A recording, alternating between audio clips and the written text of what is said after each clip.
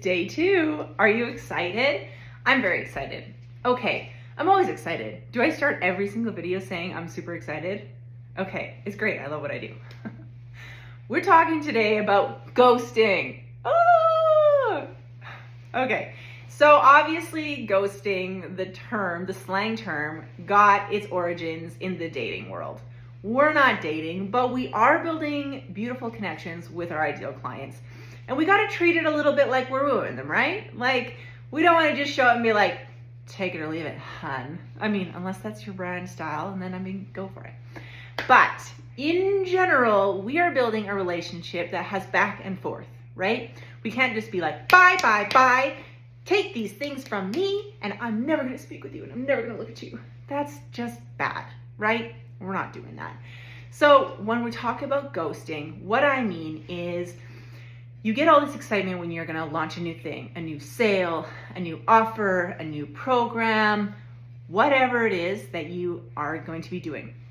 You're excited about it. You're getting the stuff behind the scenes. You're ready to launch it. You're like doing all the important work ahead of time. I really like this stage. I'm like, oh, the creation stage. Yeah, ooh, that's good. Yeah, good. And then you launch it. And then it's not like you don't get an instant response. And then you're like, well, now the energy's gone.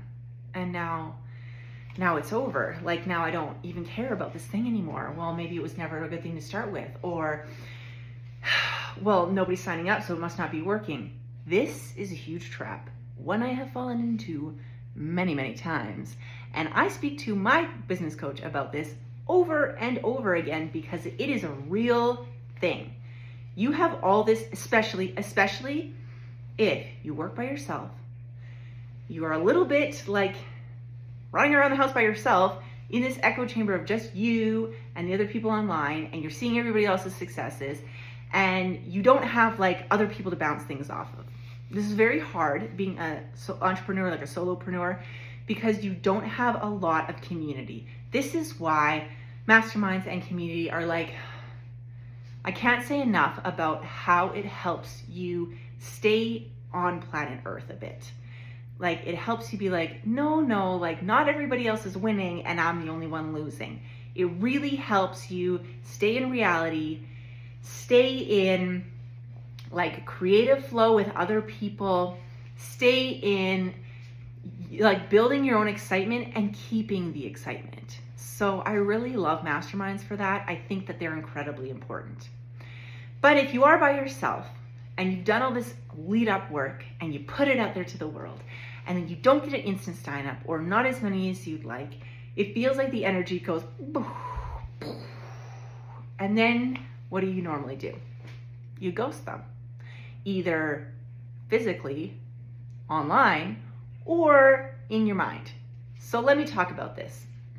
This doesn't just mean that you stop talking about the offer. It can mean that in your head, you're like, this already failed, and I'm gonna see it through because I see things through, but what the fuck, this didn't work. I'm already thinking about the new idea. How do I know this is what you're thinking? It's because I have thought it more times than I can count. And it's okay and it's natural to have feelings like this, but also, like I said yesterday, we had to be super disciplined in not letting ourselves dwell on that.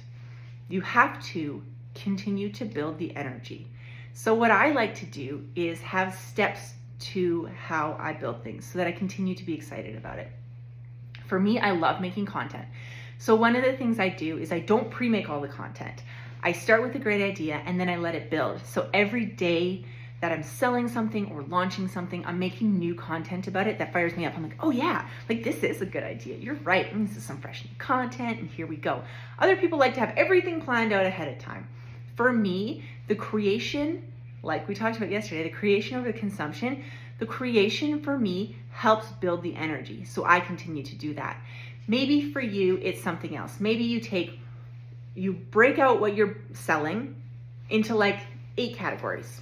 And then every day you talk about one of those categories or one of those things, and you really, really dive into it. You're like, okay, this is good. Like, what is the feels here? This is why when I'm launching programs, I love to have music attached to it, images attached to it, wording attached to it. For everything I sell, I have like a document in my phone with like all like the inspo for it. So if I do come up against this, oh, I just want to ghost, I just want to be like, okay, bye, see you never.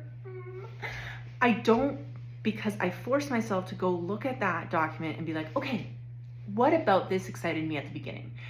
How can I sit here, listen to that song, hype myself up a little bit and be like, okay, I'm going to show up and I'm going to tell the people about this amazing thing I built, even if nobody has signed up yet, because it matters, because I want to give the same experience till the end. So if you know, I used to be a chef. Well, I guess I still am a chef. I'm a Red Seal chef. I don't work in the industry anymore. But we always talked about the meal, right? You can't just have the star of the show, the meat, the protein, be good, and then everything else suck. Every bite has to be as good as the first bite. So when you are launching, when you are selling, make sure that every bite is good. Make sure that if the person who finds out about it on the very last day gets the same energy as the people who found out the day you launched it and you were excited. So the ways we build this up obviously are different for other people. The ways I suggest are the ones I just chatted about. Having music, having a document with what lights you up, having just inspo. So little things that pop into my mind that I'm like, oh, that story would work here, or that would work here. Even if I'm not actively launching at that second, I write it down so that I have it. So that if I'm sitting there and I'm like, I'm starting to slip into this energy where I feel like it's already failed, even though we've just begun. I'm gonna go look at that notes on my phone. I'm gonna go listen to this music. I'm gonna force myself to do these things so that I can get back into it. This takes practice. If it doesn't feel exciting right away, that's okay. It's okay. All of this takes practice. But moving your energy from like, oh, no one buys my shit, to I can't wait to see who's gonna see this next day. And this is especially if you don't have like specific product launches. So I have some products like this that I launch for a certain amount of time and then it kind of just disappears. I have other things that I sell 365, right? Every day I'm selling that thing. And it can be very daunting to go on social media and show up and say the same thing over and over again, especially if you're selling a consistent service. Like me with my photo and video packages. It's the same thing. People can sign up anytime. There's no deadline. If you're a hairstylist, people can sign up anytime, right? They need a haircut pretty often, so you're pretty relevant to them. But there are people who sell things who you only need once a year. There are people who only need things from me once a year. There are some people who only hire me once in their life. So I have to show up with that energy for those people because I never know when they're going to show up, right? We're like, think of your online business as the storefront for your business. You know, you're not in the mall. If you were in the mall, you would have to be open every single day. So we're showing up every day. We are not dropping our energy, and we are certainly not ghosting people when we feel like it hasn't worked, especially when we just started.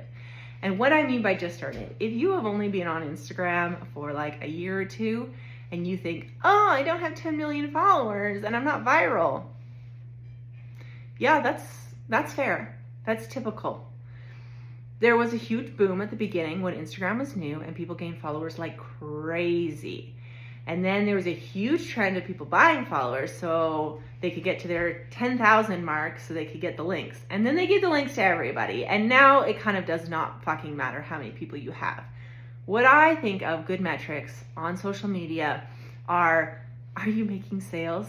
Are you getting engagement on your content? And are people sending you DMs saying like, holy shit, you're in my head, or holy shit, you inspire me, or oh my God, I can't wait to work with you. Those are the metrics we worry about.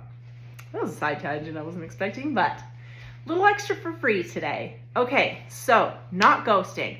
What are you going to set up today that is going to keep you accountable to not ghost when you're in the middle of a launch, when you're in the middle of selling something that is available all the time? What are you going to do? So is it notes in your phone? Is it songs? Is it writing in a big journal? Is it writing a huge piece of paper with all your ideas on it? What works for you? I want you to do that, and I want you to share a story of it. This is really, really great behind the scenes content for you. If you're like, I never know what to post, you can be like, making beautiful plans for all my amazing clients who I love, and then lead into the offer you're talking about, it's a perfect segue. You're welcome. I just planned your content for the day. And then make sure you tag me, okay? Can't wait to see you tomorrow. You're doing really good.